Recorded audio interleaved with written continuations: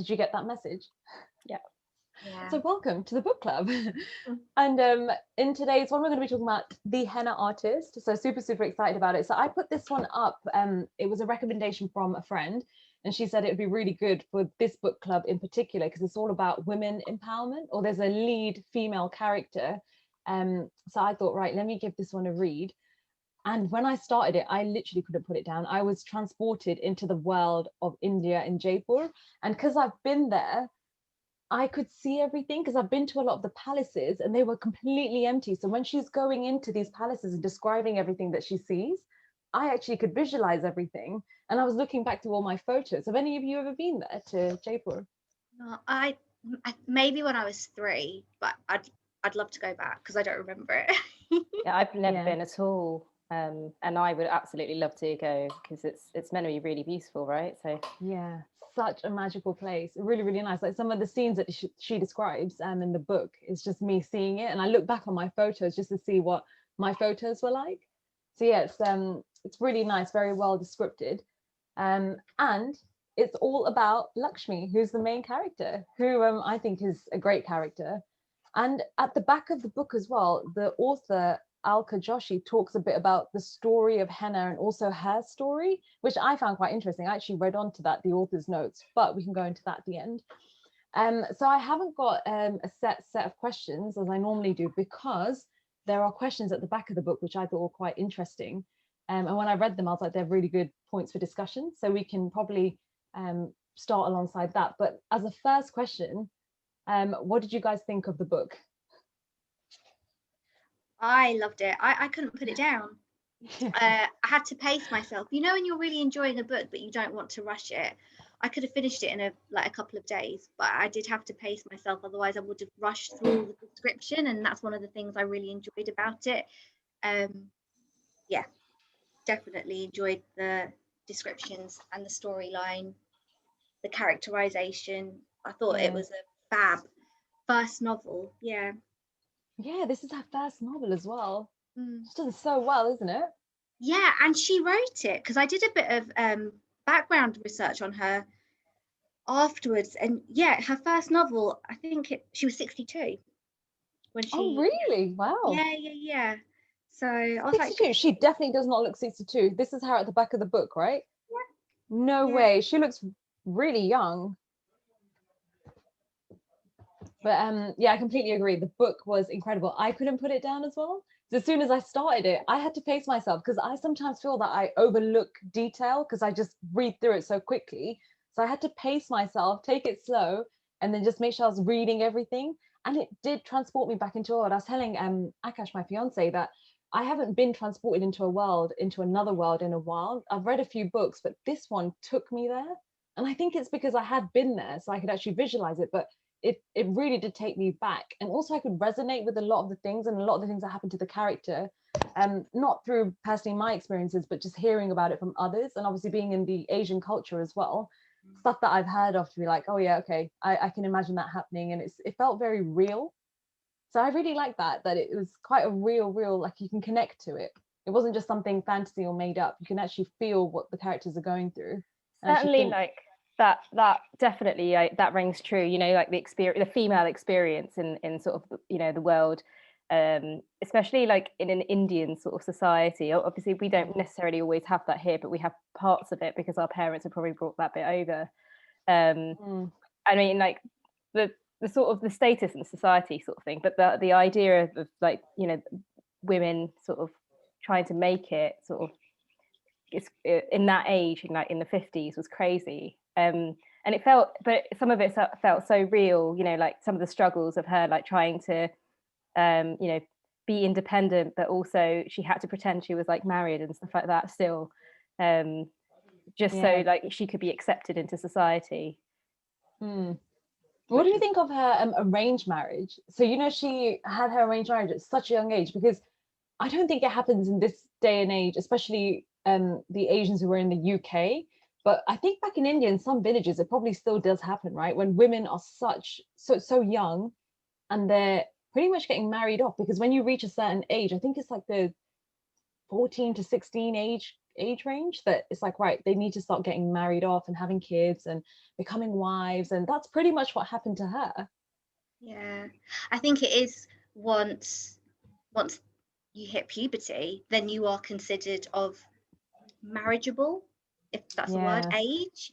I think it probably is still happening in some of the rural areas. This came at such a good time because I'm just looking at gender inequalities in India with my A-level class. Yay. Yeah, so Okay. we've been looking at women's rights, and I've taken the book into class, and we've been looking at the Child Marriage Prohibition Act, which came into law in 2006, and how successful it's been. But you've always got that rural urban contrast, and one of the big things they're looking at is just how entrenched those views of women still are in India. And you can have all the laws you like, but you need change at the ground, on the ground level, for it to really make a difference. So I don't know what the child marriage figures are more recently. I haven't got that far with them yet, but But the worst part is as well that when these women are taken into marriages like this, and it's depicted quite well in this book, that it can be abusive because the man just kind of takes over, takes charge, and pretty much just does what he wants. So the woman is just very suppressed, not able to express her views, her opinions, or anything. It's mainly just she's kind of there as a piece of property. Yeah. And that's what this book shows as well. Like when Lakshmi describes her, Lakshmi, the main character, describes her marriage, it just felt like she was trapped and she finally escaped. That's how I saw it as. But obviously other people around in the village saw it as a shameful thing to do. They didn't quite know obviously the ins and outs of him physically abusing her. So it's all the little things that they didn't know, and yet they formed this judgment of, oh, she's ran away and it's all on her. The blame all went on her. Her parents felt the shame. Everything around that just made me feel like I feel like this kind of stuff still happens, and obviously you see it in the movies. And I always felt like she was like a burden, and she was always viewed as a burden by her family. So she was an expense, and so she had to be married off, and because she had no social or economic mobility, because that's the view of a woman, or that's the view taken about where a woman's place is, that I felt like I felt trapped on her behalf, and the fact when she actually did kind of get that freedom, and obviously describing how where she ran away and came to the city and stuff, because was it Agra she went to first, wasn't it, something like that? Yeah. And part of me was like, yay, and learning about that. But if this was a real story, and it may well have been, for someone, could you imagine how hard that would have been, and how to lay low?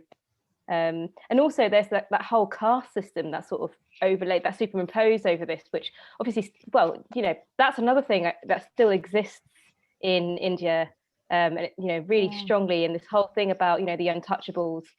I loved how they described where the kind of work that she did, touching people's feet and stuff like that, that was only ever the job, even though she was a Brahmin, that was only ever the job of a of an untouchable, that you couldn't do, and I wonder if she somehow felt like, at first that she shouldn't do it, but then she was just like, well, I'm gonna have to make a living somehow, and kind of just accepted her fate, or her choice rather, I would say, rather than her fate.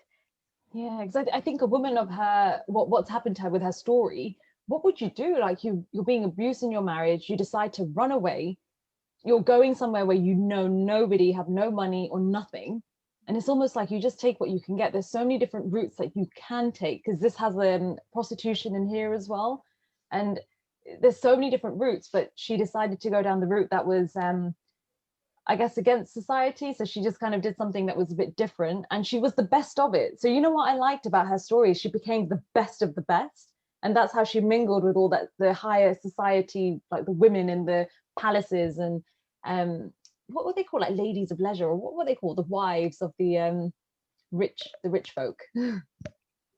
Yeah, I think the other thing is, like you say, like she could have gone down so many different paths, and then it was really interesting when they introduced her sister, and then you find out more about the journey for her to get to Jaipur, and how she reacted in a different way, and was willing to offer herself to her ex-husband. Yeah, the ex-husband. Yeah, that did happen at one point. And then obviously with the son at the palace, Ravi. Oh, Ravi. Yeah. This is it, like maybe that's all she did know, and she was just trying to get to her sister as quickly as possible. She's 13. 13. Yeah. Can you imagine, like, people taking advantage of 13-year-olds? It's mad. Like, does that still happen in India, like, or anywhere? I'm sure it does, right? I can imagine it does. Yeah, definitely. It's the same thing with like the dowries as well. Like that is probably still quite prevalent in India, and burden for some parents, and then you've got all the like dowry related killings. It's we've just been looking at it this week, so like the kids at school, like, it's really sad. I'm like, yeah, it is, like this does still happen, unfortunately.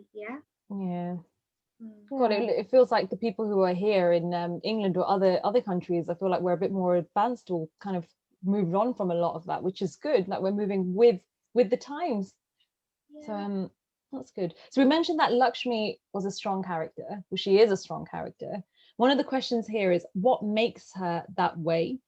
So what makes her that way? Where does her strength come from? Because she was born and raised in the village and with her parents. She was the only child, and it doesn't actually say much about the parents' teachings of her. We just know that her dad was a teacher, and she kind of shadowed him a little bit whilst he was teaching. But I'm just curious to know, like, what do you think made her feel like she needed to pursue her passion and follow her dreams, or do something other than just being a housewife at the age of 16 or 17?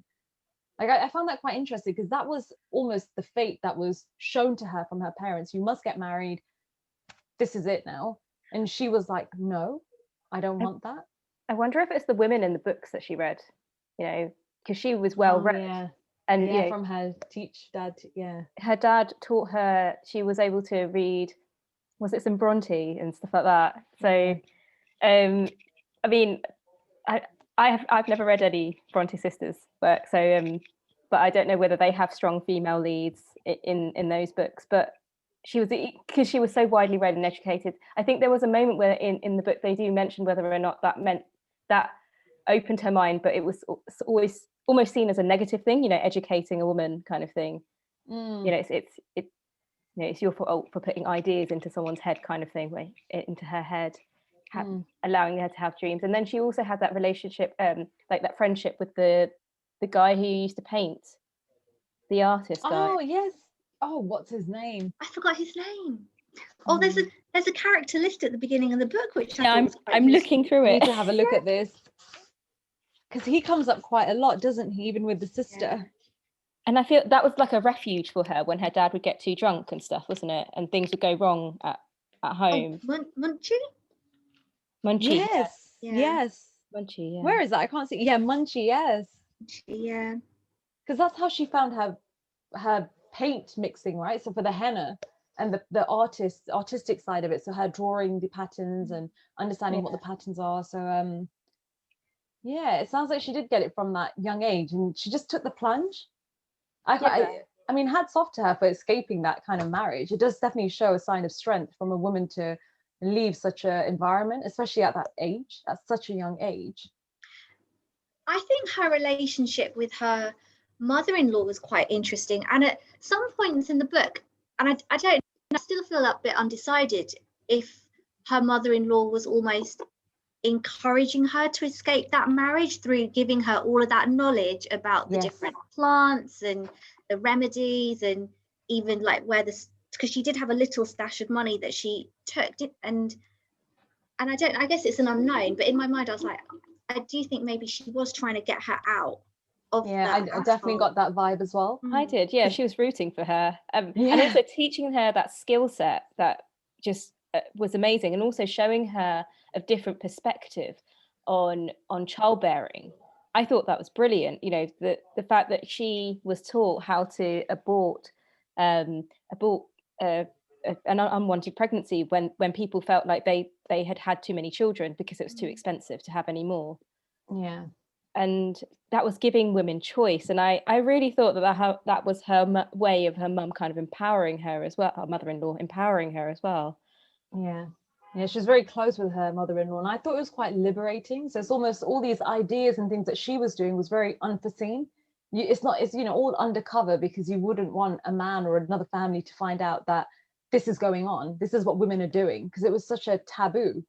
It's allowing the women to have choice and freedom, and that's something that Lakshmi didn't have. So I agree. I think it's the mother-in-law trying to plant those seeds and say, you know what, you can use these techniques and go off and do something and use it. And she did. Like that was what was brilliant about it. I thought it was great that she actually used that, and that she was super close to her mother-in-law as well. So how she found out that she died from the eggs, that was a bit of a moment. Like I read it and I was like, oh no, like it's quite heartbreaking. I didn't realize just how close they actually were. Definitely, because I think maybe it was in the same conversation that her mother-in-law knew she was terminating her own or preventing her own pregnancies from happening. Yeah, there was that's that what moment. she taught her, isn't it? She was teaching her. She must have known what her son was like, and therefore, you know, giving her an option, you know, almost like, you know, this was sort of her empathic way of kind of, you know, helping her daughter-in-law out. You know, you don't need to go through this. I know that this is something that just happens to you, kind of thing. And so I'm going to equip you with stuff to help you cope. Yeah. No, it's good. I find it, they didn't talk much about Lakshmi and her actual mum's relationship. But I feel like she was closer to her mother-in-law than her mum. And I don't know if that's because she left at such a young age, or she felt a bit like, right, they couldn't look after her, so she had to leave. Like she, again, wasn't really given that choice in that sense. No. Well, it was the done thing, I suppose, wasn't it? Because her mother had to do the same thing, and it's like, well, you have to do the same thing as well. And it's such an important age as well, isn't it? When you're teenage years are so difficult. Maybe that is why she did feel closer to her mother-in-law, because, well, I don't know. And does anyone remember where she talks about like the gold earrings and the bangles that her mum wears, and how that really choked me up? Like, because what she really felt at that moment was the sense of being a burden, and her mum kind of almost making her realize that, you know, that we can't afford you. You're a liability now to us, kind of thing. And then when she finally got, and almost like she didn't really get the love because her mum didn't really have the time, because she was too busy dealing with her dad and covering for her very, you know, her alcoholic father. You know, sometimes they had to go into school, didn't they, and have to teach on his behalf because he was too drunk or hungover. And I think some of her strength probably came from that, but also, you know, there was that sense of escapism that she got from the artist Munchie, and that probably also contributed to her wanting to sort of chase her dreams and stuff and move on to go and see something else. So when she went to Agra, she met this character Samir. Now, when I'm gonna say Samir, I don't know how else to pronounce his name, but when I first read of him, so when he was introduced in the book, I was trying to understand their relationship, because I couldn't quite tell. It felt flirty, but it felt at that time when they first introduced him that nothing had actually happened between them. So I was a bit like, what is their relationship? Are they friends? Are they not? She was giving him these sachets, which I, again, didn't really know what they were at the time. Then I eventually found out. But their relationship actually blossomed in a way as well. He was very helpful towards her. And I don't really know what initially triggered it, because they met in Agra. She was then helping people out there. But he said, I can take you to a new crowd, like the rich women of Jaipur. So he took her to Jaipur, and then they became friends, I guess. He's helped her out, paid her money for loans that she wanted for a house, and then they slept with each other. So I was a bit like, and they're very flirty as well, right? When he went to her house, and I was just like, what's going on here? Like, how is this building? Or I wasn't sure about him. I don't know if I trusted him, but he was actually helpful at the same time, and he gave her that pocket watch, which I thought was nice before anything had even happened. So it's just a bit like he wanted her best interest, but at the same time there was something underlying things that were going on. I see Christian shaking her head. What do you think? I don't know. I can see that he might have wanted her best interest, but their friendship was based on a business deal, right? Or Yes, business always. proposition. He wanted something out of it from the start.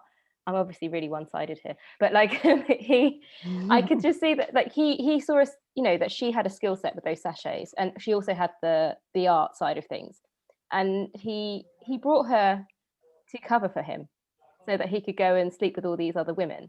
And Or she these knew widows, it as well. these widows who wouldn't necessarily talk to each other, or his wife, and would keep them and would get all of his attention, and you know, and none of his babies.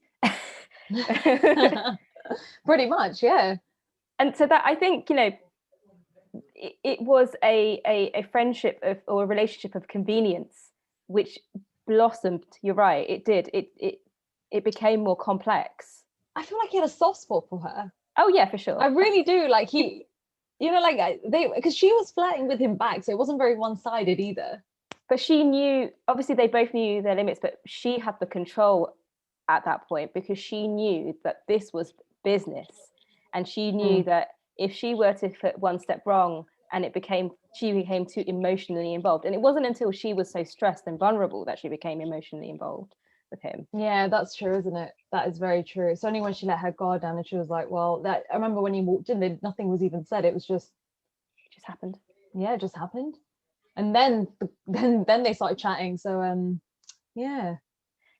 Yeah, I think if he had his way, it would have happened a lot sooner. And I think, you know, 100%. part of the whole point of that pocket watch was him doing what he would normally do with all these other women, you know, all of his other concubines. Do you think? Because I thought that was quite an extravagant gift, the gold pocket watch. So I did think, does he give that out just to anyone? He must do. Like he's a businessman.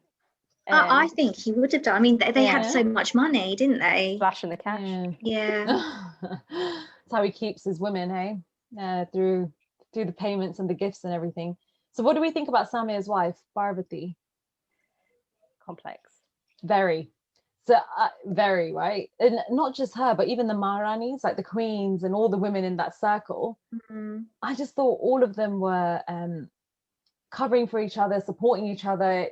They didn't stand up to one another. It was just very much like if one's going through something, they're like sheep. They all just kind of follow. And there's that element of when Lakshmi was outcast because of all these lies that were told, and people actually, some of the women didn't even believe it, but they just didn't want anything to do with her. And I was just like, wow, because they were supporting the other women in that whole quest of, right, well, we're going to outcast her. So I thought it was really interesting, just the way they all work.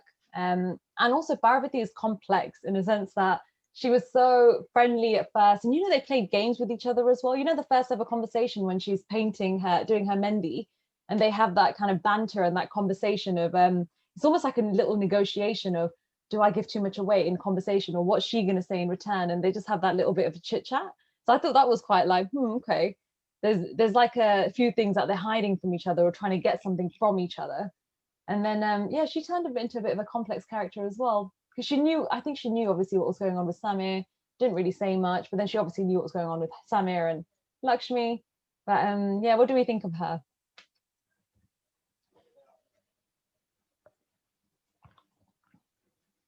I wasn't a fan of her. Me neither. Is probably the quick summary. Even like, yes, there was that banter at the beginning, but I think Lakshmi always knew her place, and Parvati had that. She just had that way of reminding her, like, this is your place. You know, I just went off her more and more as the story progressed, and I think it was such a shame that she spread that lie to cover her son's behavior. And just how all of that untangled as well, and again how it's the girl or the woman that is to blame. It's like repeated throughout the book. That's a theme for this book, isn't it? I should have asked at the beginning about themes, but that is definitely a theme of the woman is to blame in this kind of everything that happens here. That's all we kind of see, that the message is the woman is the woman. The man never takes responsibility in this book. Well, they carry the shame, you know. So you know, they have all the evidence, and the men have nothing to show for it. They do the deed, they walk away scot-free. It's a story of life, really. It doesn't matter which era you're in you know, in India or any other country. You know, it's the women that have to bear the baby, and that there's all the evidence. Yeah, that's definitely an underlying theme. And then also, I don't know if the caste system's one of those, you know, that we can, you know, that really makes a lot of headway, and like just is really prominent throughout this book. You know, the poverty, and even though she's Brahmin, she was so poor, you know, it didn't matter. But then, you know, going to society in Jaipur, you know, Brahmins would never be seen to be doing things, you know, that she was doing. Yeah. So I think that's another theme really throughout the book as well. So we've got women empowerment, we've got the caste system, and we've got the underlying theme of, I guess it's what happens in society today, as you said, Krishna, about that women take the blame because they have the evidence of it. Like the man just gets away with it. It's just quite a common thing, isn't it? So yeah. Could you Blame imagine and the shame as well, the shame that it brings on the family, and Could you imagine if that blue eye trait was in is it a Sharma family? No, the Singh family. So Ravi, if Ravi had blue eyes, could you imagine how that would have turned out if then the sister, I've forgotten her name, Radha, went on to actually have the baby, and it had it had Ravi's blue eyes? How different that whole thing would have been, you know, how different the cover up would have been. Yeah, super interesting. So there's another question here about what is the similarity and differences that you see between Lakshmi and the Maharanis she works for? So basically the Parvatis, the queens, all the women that she's being she's the client for, basically. Because I see there's a strength element in both types of women, but it's just that these women, they know that their husbands are off going and doing whatever they want, pretty much. They know what's happening, but they just cover it up almost. Whereas with Lakshmi, I feel like she's a bit more to the point, open, and she's made changes. Like she made a change for her life, knowing that that's not what she wanted, and she knew exactly what was going on. Whereas these women are just kind of stuck in their ways. I guess for me, it's like the whole element of security, financial security, everything that comes with being in that status that they're holding on to, regardless of what their husbands are doing. Because Parvati knew that her husband's cheating and sleeping around, and yet she still stayed. Because what else is she going to do? She doesn't have a job. She's almost kind of, I guess she's thinking she's in a better position staying than going. Whereas Lakshmi was like, right, this is what's happening to me in my relationship. I don't like this. I'm going to go off and do something by myself, even if that means I'm taking a hit on my status, or you know, I'm doing a job that I wouldn't necessarily have done because I'm a Brahmin or whatever the case was. She still went and did something different. That's one of the differences I could see. Are there any other similarities or differences?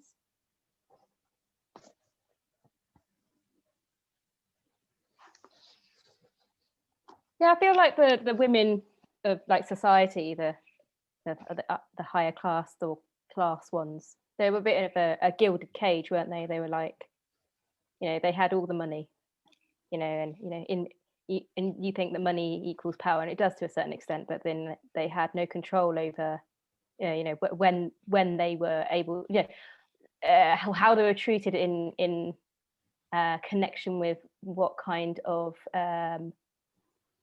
child they had. So whether it was a boy or a girl, you know, because obviously boys are blessings. So, you know, they had, on the one hand, they had all this power, but they were always judged by the family so heavily for not producing an heir, kind of thing, or not producing an heir in time, because there was that the friend who had tried and couldn't have kids for ages.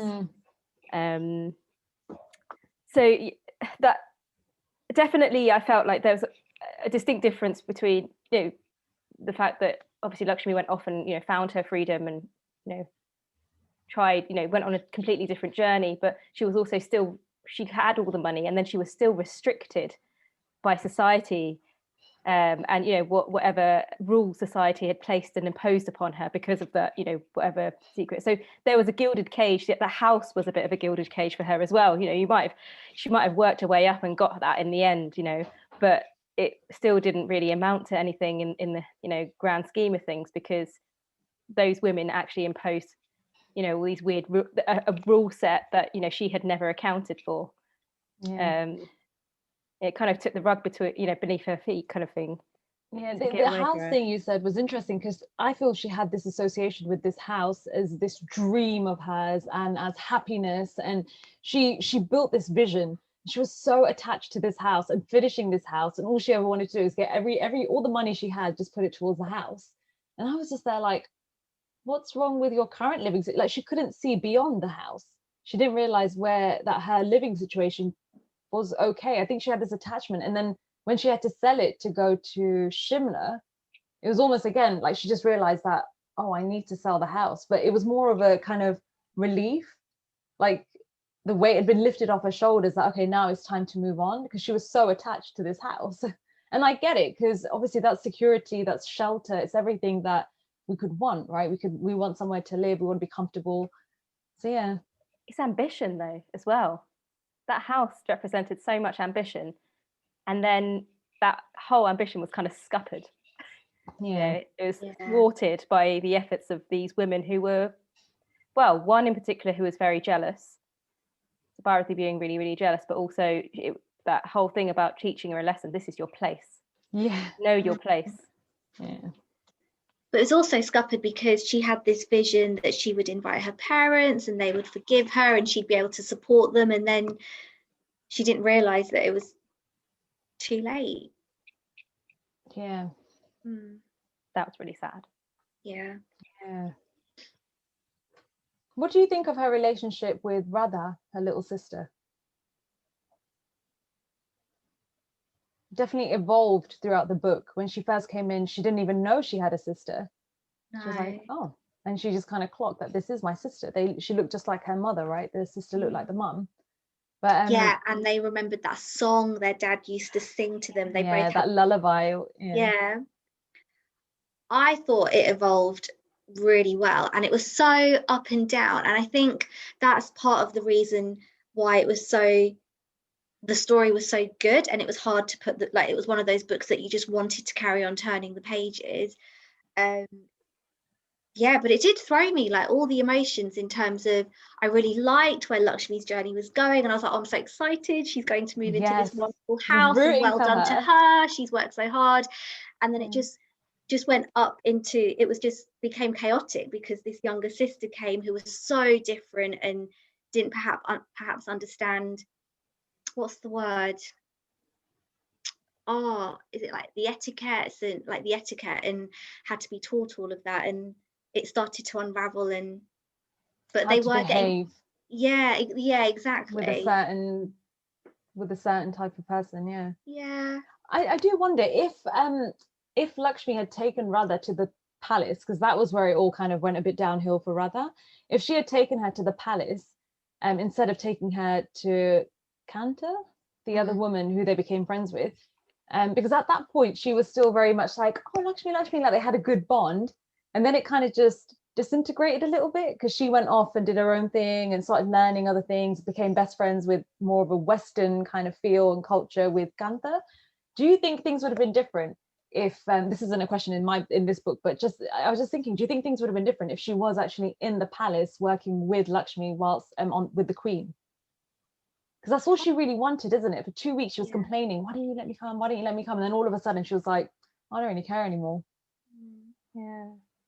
It could have gone one of two ways, couldn't it? Because I suppose Lakshmi saw it as a threat, like, I can't afford anything to go wrong at this appointment, this meeting. It was such a big deal to her. Why did she say no? Was that because had the thing with Ravi just happened before? Sheila, I think. Oh, okay, I've forgotten. Okay. I think it was she was quite immature. They went to do a painting of some sort, a mandala, and then she threw a stone at Sheila, Or Or almost. she went to was throw it. going Yeah, to, she went to throw it. Yeah. So Mm. when Lakshmi saw that, she was like, well, if this happens in the palace, obviously that's just a big no-no, and that would just ruin her reputation. It was all about reputation here as well. And so I think it just showed a bit of her immaturity, and that she doesn't really know how to handle herself in those kind of situations. You, like Lakshmi, I think, as you said, when things are being said to her, she just kind of, she knows her place. She sucks it in and knows her place and doesn't respond back, doesn't say anything malicious back. Like, she just takes it. Whereas I think Radha was a bit more like going for it. She'll just, she may slip up and say something that she shouldn't. And so even that Ravi thing, I think when she first went to the palace and it was about the green paint or something, and she didn't even actually do anything, but again, she got the blame. So, you know, we're going back to the theme. She didn't do anything. And she even said that. She was just saying, I didn't do anything. He just came up to me, started saying something, and I think he just touched her shoulders or something, and she had green paint on her. So actually, she didn't do anything. There was no kind of seduction or anything. There's the blame. Yeah, exactly. Yeah. But then even later on, in terms of like, he said he loved her and was going to like marry her and led her on, and it just, yeah, it was awful. It was She just, crushing. it was, and it Yeah. just showed she knows so much, but that naivety, it was just, it was really sad. It was really sad. Yeah. Just like it reminds me of in this day and age how, you know, there's girls who are groomed. Like, you know how guys are, and I think it still happens when older guys kind of go for young girls who are a bit more vulnerable. They may not have like family support or anything, and then they just go and kind of be like, right, well, we, you know, we love you, we'll look after you, we'll do this and that, and they just get what they want, kind of thing. So it just reminded me a bit of the grooming scenario when he did that, because he's also done that with other girls as well, with other young girls. So Radha was not the first girl, and we know that through, is it Lala and her daughter, niece. Niece. Oh, yeah. niece, Yeah. yeah. Yeah, And it was a bit of a Lydia moment, wasn't it? Lydia from like Pride and Prejudice kind of thing. Yeah. Where she truly believed that she was going to be able to elope or have, you know, his love or whatever, and he let her believe that. And yeah, he probably had no intention though on this occasion. Oh, absolutely not. He knew he was It's being just, married off. yeah, but you've got the dad who goes around with all these sachets, Yeah. and it's like, well, what are you teaching your son? Like, oh, we've got all these little ravies. Yeah. Oh, a shudder. Yeah.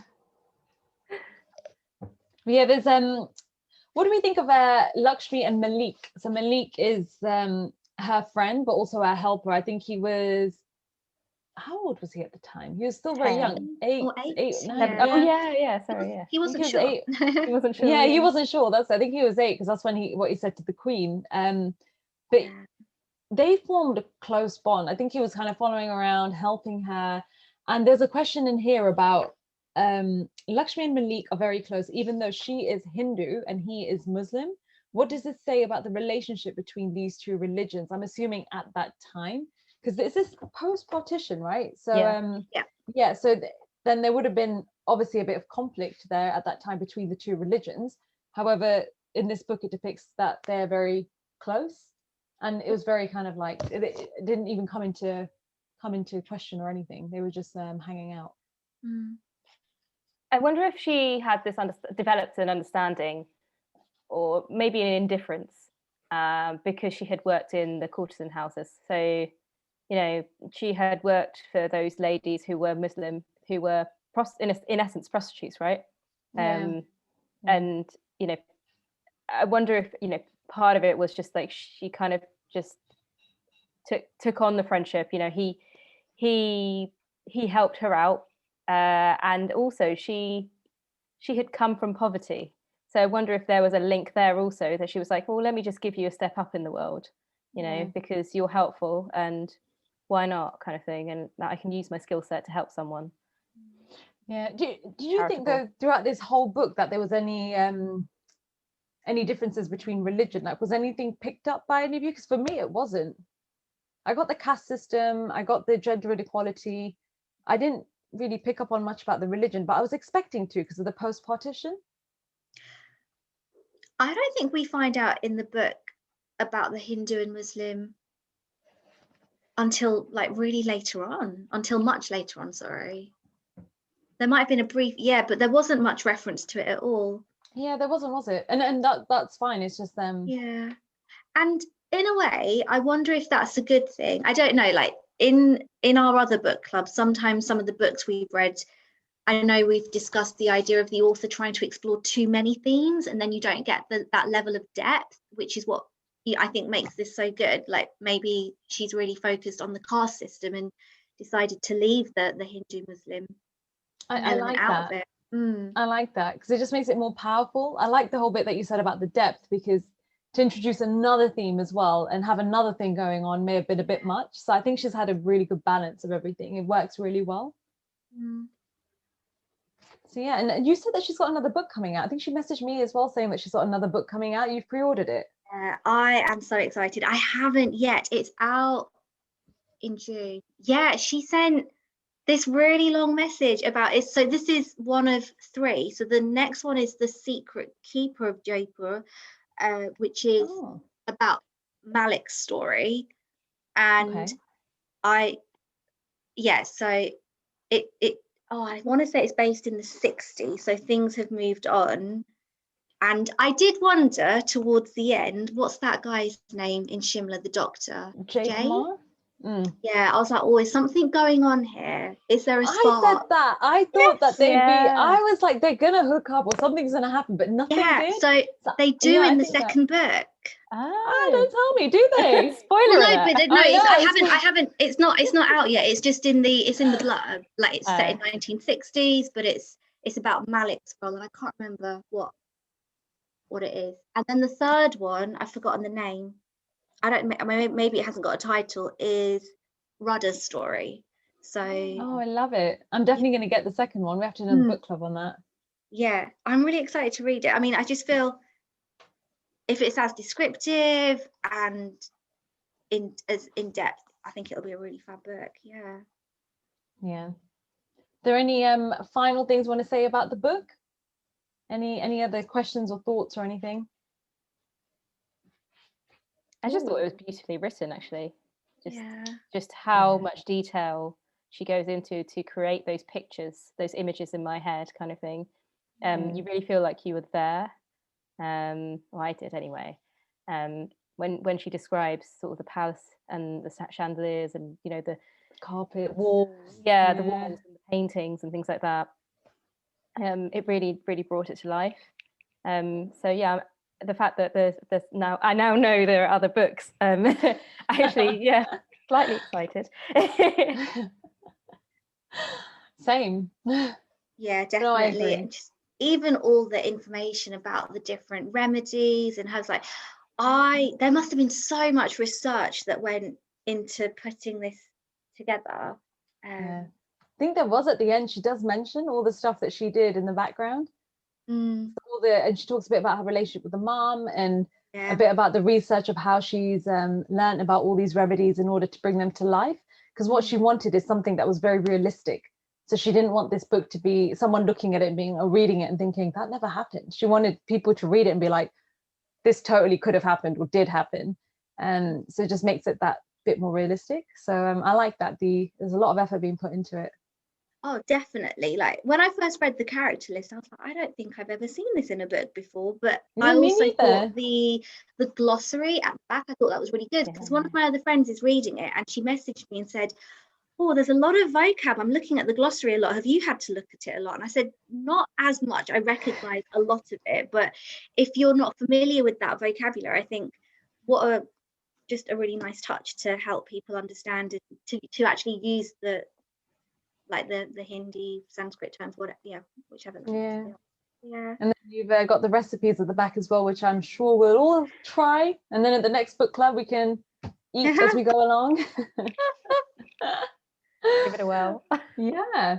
But no, I think it all sounds positive. So I guess just to end, if we do fist of 5, so what do we rate the book out of 5? So 1, 2, 3.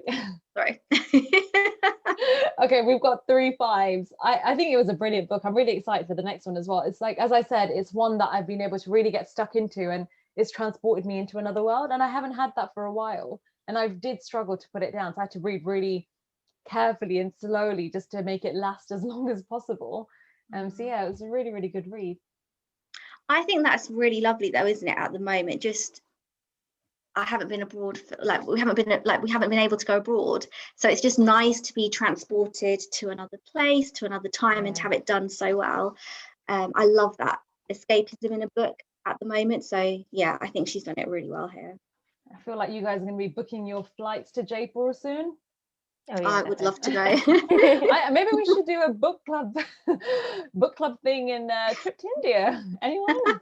I'd love that. Sounds good. Yeah, because Crawdads is out as well. So going back to a few more book clubs ago, the film's coming out. I'm not too sure when, but I did say that maybe I'll host like a little book club cinema date. Well, I say date, but book club cinema reunion, and everyone can meet up. But yeah, it'd be pretty cool to explore Jaipur with the book club. Oh my god, that'd be awesome. Yeah. It's pretty much just a girls trip, isn't it? Yeah, I haven't been for ages. I haven't been for 21 years. I'm due a trip. Wow. I know, it's mad. It's a long time. Yeah. But thank you so much for joining. And the next book club is end of June. I can't remember the exact date. It's the last week of June, and it's going to be the Midnight Library. So originally it was the 24th of June. So originally it was going to be The Giver of Stars, but I've saved that for July because I read Midnight Library and I absolutely loved it, and I need to talk to someone about it. I've got all these questions and thoughts in my head, and actually Jigna, I think you mentioned it to me last time, and so did a couple of the other girls from the book club, so that's why I read it, and I really want to discuss it. So I was like, right, let me move that one forward. I loved it, so I'll definitely join. I've read it. I might reread it. Priya loved it, so Priya might join next time as well. Yeah, so I put that one out. That's on Thursday. It's in the Facebook group. I'm going to promote it on Instagram as well, so feel free to join. It's Midnight Library, and yeah, thank you so much for joining. Oh, thank you so much. I hadn't even heard of this book, so I'm really pleased. Oh, there you go. Good. And I've had some really good feedback on people who haven't been able to join this, but what I was going to do is screenshot all the feedback and send it to the author. Because some people have like messaged me saying they can't join the book club, but record it so they can rewatch it. And then I just asked them how they're getting on with the book. And I've had about 3-4 messages from girls who have read it or who are currently reading it, and they're just saying it's incredible, they can't put it down. So I was like, this is so nice, and I'm sure the author will really appreciate the feedback. So if you have any as well, just drop me a message and I'll collate everything and I'll send it across to her. I'll even post it in the Facebook group so you guys can see it beforehand. But yeah, brilliant, cool. Well, thank you so much, and I'll see you next month. Yeah, we'll do. Yeah, nice to see you. Take care. Take care. Bye. Bye.